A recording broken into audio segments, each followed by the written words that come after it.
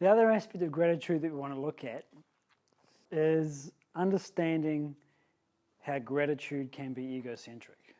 Okay, so gratitude is definitely an improvement over a sense of entitlement. It's definitely an improvement over taking things for granted. But the question to ask is, how is gratitude egocentric?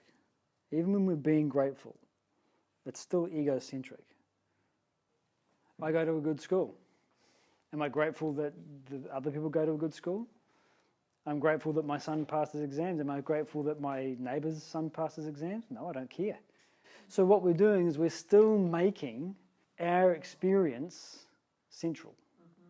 So we're still relating everything back to me and my experience.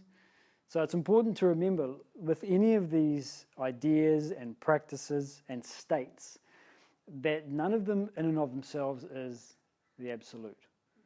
Yes, they're in the right direction, but they still have their own limitation. So then we need to go beyond gratitude. Going beyond gratitude simply means that we no longer look at things in terms of the circumstances that I am enjoying. What we start to do is to recognize a much bigger picture. We stop looking at what we have received and we start to perceive now something functioning behind all of this that we are simply unaware of. That we simply ask the question, how does a blade of grass get pushed out of the earth? How does it happen? And okay, the scientists can come in and say, well, there's water and that expands the seed, and there's geotropism which pushes it upwards, and the sunlight does this, blah, blah, blah. Yeah, but how does all that happen? What stimulates that into production? What's the spark behind it? Forget whether or not a tree's growing out of the ground. How is life here anyway? You go to another planet, there's no life. You come here, there's some life. Why here and not somewhere else? Forget that. There's something here. There's definitely something going on. There is a manifest universe in front of us. We're here. There's something going on. How did that start?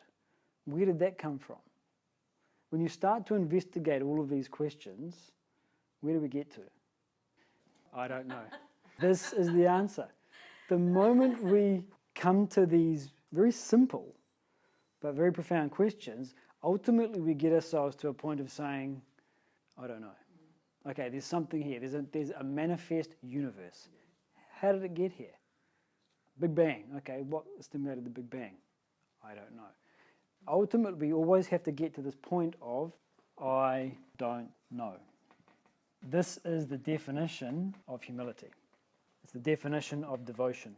So devotion is the emotion that flows within the personality whenever we recognize an area of ignorance. And we can take very simple, sort of mundane examples to help illustrate the point. If you're sick, you don't know how to diagnose yourself, you don't know what the treatment is. So you recognize, I don't know. So you have humility enough to go to the doctor. You've got a point of law that you don't understand. A tenant or a landlord is harassing you, you don't know whether you're in the right or in the wrong. How will you find out? I don't know. Go to a lawyer. All right? There's a sense of humility. You defer to that person. Or you want to play a musical instrument. You see someone playing the guitar, amazing, virtuoso, and you want to learn from him. Sir, can you teach me to play like you play? As you approach that person, there's a sense of humility and deference. So that's why when you look at this tradition, anytime the student approached the teacher, he always came with a gift. Not because the teacher needed anything. A true teacher doesn't need anything from the student, but because it's an expression of the gratitude and the humility that the student brings. Bringing the gift is simply symbolic of bringing humility. It's that recognition of, I don't know something, can you teach me? Now, these are things that we can learn. We can learn about law, we can learn about medicine, we can learn how to play the guitar. But what we're talking about when we're going beyond gratitude is recognizing the limit of human intellect per se. That there are things that we cannot know and we'll never know. This whole idea of the universe's existence. In order for us to understand that, we'll have to step out of it. How can you step out of the universe? Right, now we can create theories, and the theories may get stronger and stronger and stronger, but a theory is always only that, a theory. It's never 100%, it's never the absolute.